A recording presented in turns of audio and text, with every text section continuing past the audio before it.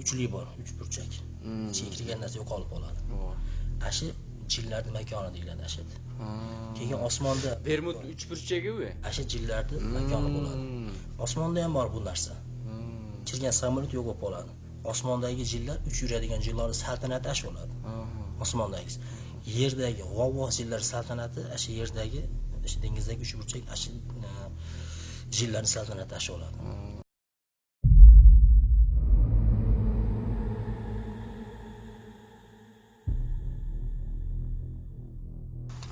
Bismillahirrahmanirrahim. Assalomu alaykum hurmatli YouTube ko'ruvchilar. Sizlarga bugun Bozorqo'rg'on rayonida belgili jin Aydar Moldo Abduqahhor domla bilan Kengir mayakning üstünde biz bilan cho'g' bo'lasizlar. YouTube ko'ruvchilar, sizlardan bir kechirim so'raymiz. Hozir domlaning surati g'ana ko'rinib turadi YouTube'dan bo'lgani. Biroq videosini qo'yib bera olmagan sebebi texnikal sebeplerden ulan videosini qo'yib bera olmay qoldik. Biroq keyingi chiqarilishlarda so'zsiz videosi bilan qo'yib, har bir narsaga kengir o'tirib suylashib, kengir bayon bo'lib buyursa. Endi aytsangiz domla, bu jin degan so'zning ma'nosi emne? Jinlar o'zi kim? Qanday jonliqlar? Bismillahirrohmanirrohim. Alloh azza va jallaga ko'plagan maqtom payg'ambarimiz Muhammad alayhisolamga Allohning salom va salovatlari bo'lsin. Jin Alloh azza va jalla yaratgan mahluqotlardan bir mahluqot, xuddiki insonlarga o'xshaydi. Jin degan so'z o'zi janna degan so'zdan olingan. Buni ma'nosi istataro, g'otto degan ma'nolarda, ya'ni qo'tarmasi ko'zdan to'silgan degan ma'noni beradi. Jin ko'zdan to'silgan. Alloh azza va jalla Qur'oni Karimda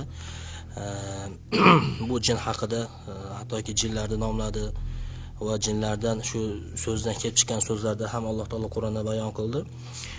Jinni demak Alloh azza va jalla Qur'onda nas haqiqiy bir hujjat bilan Alloh taolo biron bir shak shubha bo'lmagan Qur'oni Karimda hattoki jin surasi bor, jinlarda gaplashgan so'zlari bor, Alloh taologa bergan ahdlari bor. Agar bizdan musulmon bo'lsak, Alloh taolo gunohlarimizni kechiradi. Agar bizdan isyonkorlar bo'ladigan bo'lsa, uni joyi jahannamda degan shunday bir oyatda ma'nolarda keladi. Jin degan so'zda jin nima degan savolga jinni terang bir yaxshi tushuntiriladigan ma'nosi ko'zdan to'silgan va aqlni to'suvchi. Aqlni to'suvchi va ko'zdan to'silgan, shu bilan birga odamga agar ziyon yetkazadigan bo'lsa, albatta odamning aqlini to'suvchi degan ma'noni beradi. Jinni men jinga ishonmayman, unaqa narsa yo'q, unaqa jin kirib olish degan narsa odam bu borada jin sohasida yoki jin tegishlik, jin kirishlik, sehrlanishi shunga o'xshagan narsada odam o'zini bir chetga tortishligi yoki bu narsaga inkoriy qarshi so'z, qarshi bir niyat yoki shunaqa teskari bir fikr berishligi u odamni dindan chiqishiga sabab bo'lib qoladi. U odam kofir bo'ladi. Chunki Qur'onda nas bilan, hujjat bilan sobit bo'lib turgan narsani Qur'onda inkor qilayotganman baravar bo'ladi. Shu sababdan bu borada bu jin sohasida, jin tegishli, jin kirishli sohasida har bir musulmon juda qattiq ehtiyot bo'lish kerakki, men bu narsaga ishonmayman degan odam iymonini yangilash kerak. Shu sababda mana jinlarga iymon keltiramiz. Alloh taolo yaratgan, faqat bizni ko'zimizdan to'silgan bu narsalar. Buni qalay xalqning arasında bu jin, ana shayton deb ikkiga bo'linib qaraydi-da. Shu jin bilan shaytonning qanday ayirmachiliklari bor? To'g'ri, jin degan so'zi ham bor, shayton degan so'zi ham bor. Shayton degani bu mana ko'zdan to'silgan mahluqotlar deyapmiz. Mana shularni kofirini shayton deb qo'yiladi. Kofiri Allohga iymon keltirmagan jinlar shayton deyiladi. Boshqa bir qavullarda, boshqa bir olimlarning so'zida bu shayton jinning otasi deb qo'yiladi. Jinlarning otasi, bular shayton deb aytiladigan so'zlar ham bor. Lekin jin bilan shaytonning farqi, jin bu Allohni taniydigani jin deyiladi. Ya'ni bir gapda aytganda musulmonni jin deyiladi va Allohni tanimaydigani bular shayton deyiladi. Bu jinga qaraganda shaytoni Allohni rahmatidan quvilgan, rahmatidan umidsizlikka tushib Allohni rahmatidan olis bo'lgan jinlar, bular hammasi bir gapni aytganda shayton deyiladi. Эми жиндер кайсыл убакыт адамга кирет жана эмне себептен кандай жерлерден кирет дейт. Hozir juda ham mana shu bir yaxshi savol bo'ldi. Jin odamga qaysi vaqtda kirishligi? Jin odamga qaysi vaqtda kirishligi va nima sababdan? Buni jinlar ma'lum, bitta bir yo'l bilan emas, balki har xil sabablarga ko'ra kiradi. Misol bir odam bir jinga ziyon berib qo'yishi mumkin. Masalan, bir toshni otdi-da, toshni irg'itdi. Bebismillah irg'itdi. Mana shu irg'itgan toshi biz bilmaymizki, kunduzi bir kavash savada yoki burchak suchada bir yotgan jinga tegib ketgan bo'lishi mumkin-da. Agar bebismillah olsa, bismillah deb olsa tegmaydi inshaalloh.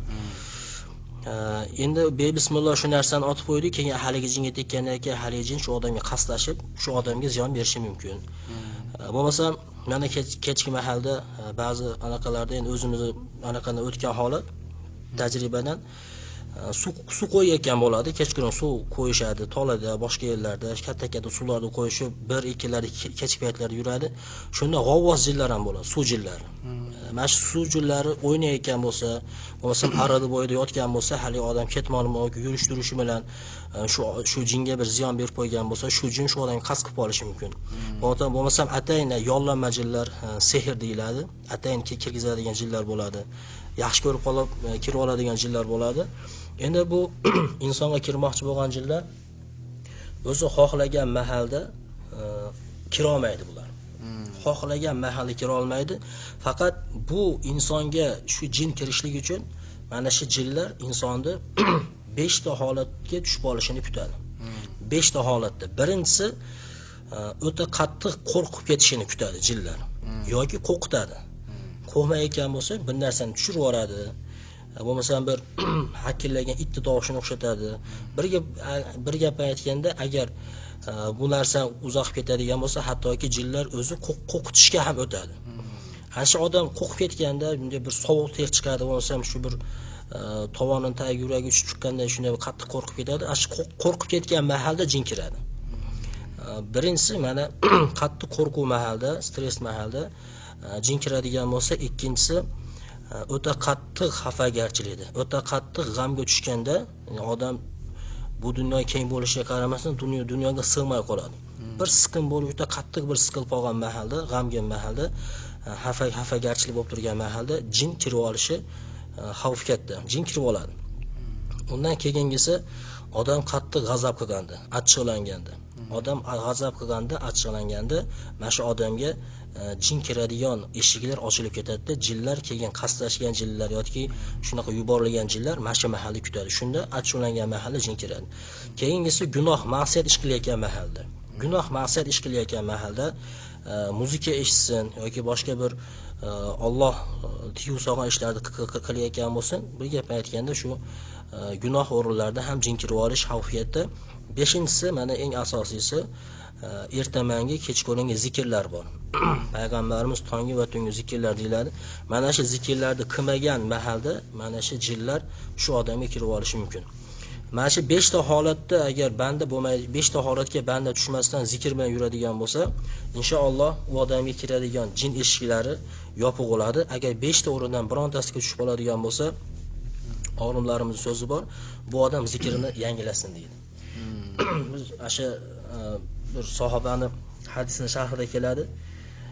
Odamga deydi, endi haligi mana shu 5 ta holatni birontasida tushmagan odamni misolini keltiradi. Jin bir odamga kirmoqchi bo'ladi, kelib turib haligi odamga shunday sakrab bir harakat qilib qo'lini tekkizganda jin odamga deydi. Haligi jin xuddiki hali talma tutgan singar yotib qoladi ekanda. Jin o'zi yotib qoladi. Shunday bo'lib, hali bizda odamni jin chopsa nima bo'ldi desa, ha jin chopdi deb bilamiz. Haligi lekin jinlar keladiganday senga nima bo'ldi desa, meni ona odam choldi deydi ekan. Meni odam choldi deydi ekan. Qanaqa qilib choldi seni desa, uni zikri bor ekan, bilmay shu opani ekan. Bizde jin chaldi desa, alarda odam chaldi aytganda. Odam chaldi deydi. Nimaga, qanday chop qo'ydi? Shu darajada anaqa tushib qoladi talmaga. Zikr menen deng. Zikr bilan. Agar odamda zikr bo'ladigan bo'lsa, Allohning izmi mana shu zikr sababchi jin kirmaydi. Agarda shunda bir odam agar qattiq achuvlanadigan bo'lsa, masalan, hayvonigami, qo'shnisigami, o'zigami yoki bir ishi achuvlanadigan bo'lsa, olimlarimiz aytadi, shu odam ertamanga zikrni yangilab olsin deydi. Agar asrdan keyin bo'ladigan bo'lsa, kechki zikrni yangilab olsin, u odam qo'rg'ondan chiqib ketdi deydi-da. Agar zikrni yangilasa, u odam yana qo'rg'onlanib qoladi, yana himoyada yuraveradi. Bir so'roqda o'sha yerda davat. Biz zikrdagi qaysi zikrlarni aytamiz? Zikrlarda bu borada masalan tongi, tungi, ertaman, kechki zikrlar ko'p, juda ham ko'p. Biz shularda asosan 10 ta o'zingiz aytib yurgan zikringiz qaysi? Ertamanga shunday. Asosan masalan bomdod namozini o'qiymiz, o'qigandan keyin masalan tasbih tortiladi, oyatul kursi o'qiladi, Qur'on o'qiladi, salovat undan tegigandan keyin odamlar chiqadi. O'tirib inaki alohida o'qilgan oyatul kursi mashi zikrga kiradi.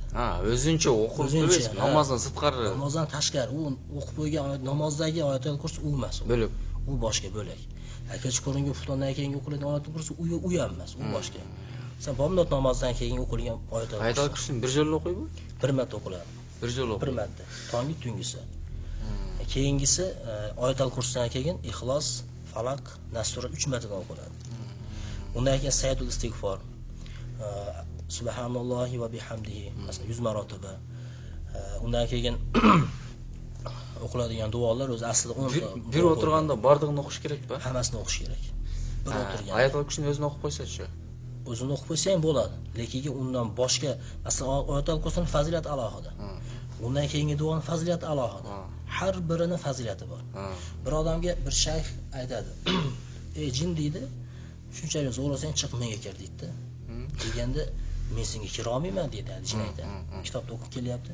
"Nimaga kira olmaysan menga" desa, "Chunki sen kunda" deydi, "La ilaha illalloh vahdahu la sharika lah, lahul mulku va lahul hamdu va huva ala kulli shay'in qodir" 100 marta o'qiysan shuni deydi. Qarang. Endi bir odam bir moldaga borib o'qitishi mumkin, 2 soat, 3 soat o'qitishi mumkin. Lekin shu moldani kunda 2 soat, 3 soat o'qitgandan ko'ra, shu bomdoddan keyin, asrdan keyin o'qigan oyatul kursi, Ixlos, Falaq, Naslari, undan boshqa duolari ummatda yaxshi, fazilat, juda kuchli bo'ladi. Nimaga? Chunki molda o'qiyotganda odamning ichidagi dardni bilmaydi, g'amni bilmaydi. Odam oyatul kursini o'qiyapti, Allohdan so'rab o'qiyapti-da. Molda xolis o'qib boradi. Shifo niyatda. Endi u odam shifo ham bor qalbida, g'am ham bor, ixlos ham bor. Shunday bir boshqa niyat, ishonim ham bor. Shuning uchun har bir odamning o'z o'qigani yaxshi bo'ladi. O'shanda oyatul kursini tasbihni subhanalloh, Allohu akbar, subhanalloh, alhamdulillah, Allohu akbar uchini. Ondan keyin qaysi emasi kirdi? Ixlos surasi 3 marotaba, Falaq surasi 3 marta, Nas surasi 3 marta. Sayyidul istig'for, Allohumma anta robbi la ilaha illa anta xalaqtani va ana abduka va ana ala ahdik. Shu marotaba, shu ham bir marotaba o'qiladi. Allohumma aslih li dunyani allati hiya ismat amrina degan duolar bor. Mashlar masalan bir marotaba o'qiladi. Keyin ya'ni oldinga aytgan la ilaha illalloh vahdahu la sharika lahu lahul mulku va lahul hamd va huva ala kulli shay'in qodir duosi 100 marta o'qilishligi shart. Qolganlar hozir biz aytayotgan 1 marta, 3 marta, 4 marta o'qiladigan duolar. Lekin asosiysi o'ta ham bir qattiq mustahkam qiladigani 100 marta. Hozir endi bizda hozir el jalqov bo'lib qoldi, buni bardini aytamanmi deb o'tiradigandan ko'ra aytala qo'ying deydi. Ana o'shanlarga jengil narsani, jengil zikrda aytib o'tsangiz. Misol, a'udhu bi kalimatillahi tammati min sharri ma xalaq deb bir joy aytsa, Muslimda kelgan hadisda aytib qo'yaligi bilsangiz kerak. Ertamen aytsa, kechgachayin hali jilan, chayan u tazritbaydi, siyqirdoq tazritbaydi deydi. O'sha siyaqti. O'shuni aytsa-da, jinlar kirib-kirmaydi, tishli qilala o'qilar o'sha. Juda yaxshi anaqa bo'ldi hozir. Shuni aytsa Allohning iznidan mana shu narsa shu jinga, ilon chaqishiga, ishlashiga dan to'sadi. To'sadi shu. Shu hadisni rivoyat qilgan sahoba qo'llari ishlamay qoladi ekan. Shu hadisni, aynan shu hadisni A'udhu bi kalimatillahi tammati min sharri ma xalaq kalimasini kimdaki 3 marotaba aytadigan bo'lsa, unga hech narsa yetmaydi degan hadisni rivoyat qilgan sahoba sholib qoladi. O'zi shol bo'lib qoladi. Shunda bir sahoba keladi-da, esida chiqib turdi ismi. Siz shu hadis rivoyatda shunday dedingiz.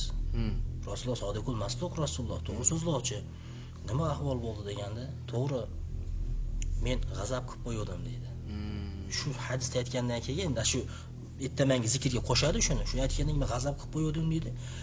Shu g'azab qilgan odam qo'rg'ondan chiqib ketadi-da. Ashini fazilati ketib qoladi g'azab qilgan mahalda. G'azab qilmasa, keyin qo'rqmasa, g'amga tushmasa, keyin uni fazilati saqlanib qoladi. Agar shular masalan bir odam shu aytgandan keyin achchiq qildi, bo'lmasam qo'rqib ketdi, bo'lmasam g'amga tushdi, bo'lmasam gunoh ish qildi. To'rasidan birontasiga tushib qoladigan bo'lsa, uni fazilati u odamdan ko'tarilib ketadi. Haligi odamga Allohning iznidan shu bir dard yoki shunaqa bir jin yetadi-da, haligi odam sholib qoladi. Ayni shu hadisni sharhida aytadi, kimda ham g'azab qilsa zikrni yangilasin deydi. Achchiqlanib ketganda qayra boshdan aytish kerak ekan. Boshdan aytish kerak. Misol bir odam ertaman bomdoddan keyin aytdi, misol 8 da aytdi deylik, 11 ga borib bir qattiq achchiqlanadigan ish bo'ldi-da. 11 bo'ldi, u odam chiqib ketdi zikrdan. U odam Zikr buzilib ketdi, namoz buzilganday deng. Ha, zikr buzildi, u odamga jin yetib qolish xavfi bor. Haligi odam endi jindan qo'rqib qolsa Alloh uchun. Chunki Alloh azza va jalla panoh so'raylar mendan deyapti. Olamlarning Robbisi, insonlarning egasi bo'lgan Allohdan panoh so'raylar deyapti. Panoh so'rab qilingan har bir harakat ibodat. Shu odam men shu jin shaytonlardan Alloh meni saqlasin deb meni a'udhu bi kalimatillah tambat min sharri ma xalaq 3 marta yoki 1 marta 2 marta aytib qo'yishlik ibodat va ana shu odam yana ham Allohga o'zining muhtojligini bildirayotgan bo'ladi.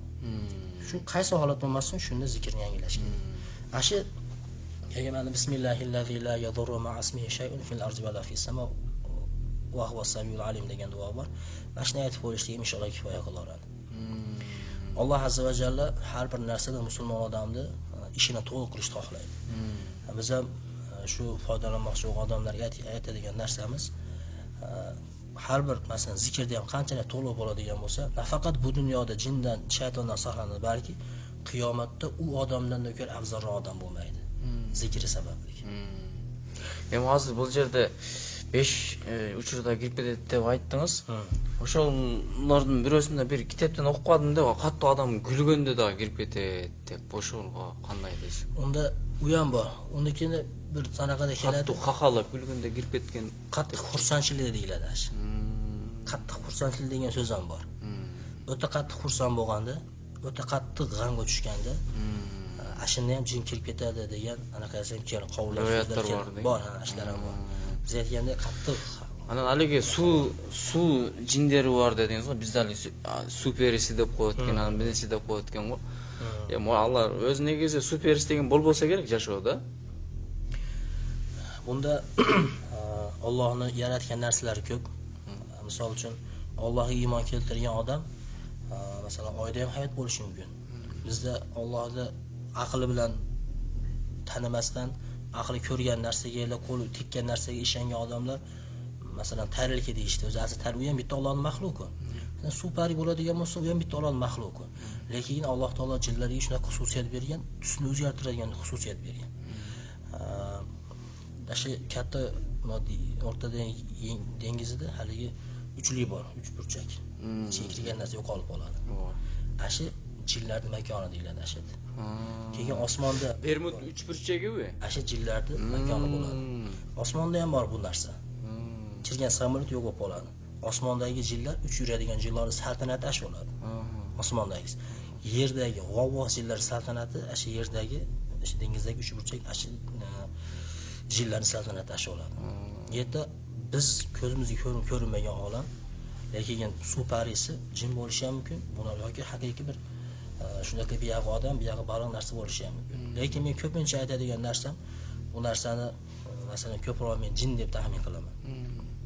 Qalagan tusini kelbetini kiroladi-da. Xohlagan holda kiradi. Endi bizdagilar hali televizorlarga ertaqil chiqarishyapti, o'zlarining hayoliga chiqqan narsani chiqarishyapti-da. Ularni masalan ko'rgan ko'z yo'q, unaqa u olamda. Agar u olamni ko'radigan ko'z bo'ladigan bo'lsa, biz aqlimiz uni sig'dira olmay qolishi mumkin. Alloh taolo bekorga bizga ko'zimizdan to'sib qo'ymaydi bu narsani. Bu televizorda ko'rgan narsa ham hash ekan deb bu endi odam o'zining aqlida. Musulmon odam unday qilib masalan shu anaqa haqida ishlab chiqarilmaydi. Bu NLO haligi tarelkalar jönünde keyinki savabızda daha genelere oturup söyleyişelim. Anan hazır bunu su cindi degeniniz. Ал кечинде гана чыгабы же күндүзү гана суу жиндери болобу? Kunduzi bo'ladi. Күндүзү Bir дагы odam болобу? o'sha cho'miladigan yerga borib cho'milayotgan mahalda ichiga jin kirib oladi. Keyin borib o'sha molda yo'qolganda o'sha Allohning iznidan chiqqan o'sha jinga ziyon berib qo'yganligini jin aytganda kunduzi ham kirib oladi. Kunduzi ham kirib oladi. Lekin ko'pincha biz o'zimizga uchratgan narsamiz kechinda bo'lgan. Masalan, yaqinda bittasi keldi, qattiq to'polon qilib, savlatli odam uni qamchima chiqarishga majbur bo'ldik. Undan boshqa holat yo'q edi. Ya'ni urib boshqa qilib, jinni azoblab, kechqurun deydi, suv bo'yida yotsam deydi, bu borib ustimga sara qilyapti deyapti. Men suv jiniman deyapti. Men suvman tiriyman deyapti, nari jin. Endi shunaqa masalan shunaqa yerlarga borib bo'shanishligi, Suvga zarar qilma deydi-ku shuning uchun.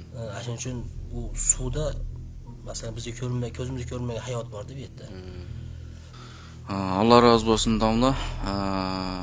Musulmon bir tuğanlar, uqtuңuzдар, қолдан келишинче силер менен маалыматты бөлүшкөнгө аракет кылдык. Кийинки чыгарылыштарда bundan дагы ошо бая айтып өткөнүбүздөй жакшы, bundan дагы кызыктуураак маалыматтар жүктөлөт буюрса. Дамла сиз убактыңызды бөлүп атайын, бир убактыңызды бөлүп келип бергениңизге Allah разы болсун. Кийинкисинде дагы ушундай роликтерди тартканга астыңызга келсек, атайын убакыт бөлүп бере аласызбы? Inshaalloh payg'ambarimiz aytadi hadisda ma'nosida birodaringizga qo'lingizdan kelsa yordam bering deganda. Alloh azza va jalla mana shu bizni mana bu gaplarimiz sababli shoyat bir odam o'ziga chechim topib qolsa, bir odam shoyat mas sababli bir yaxshi bo'lib, bir haqqimizga duo qilib qo'ysa, inshaalloh bu yaxshi ish kimda kim islomda bir yo'l qoldirsa, agar yaxshi yo'l bo'lsa, uni ajriga bo'ladi deydi.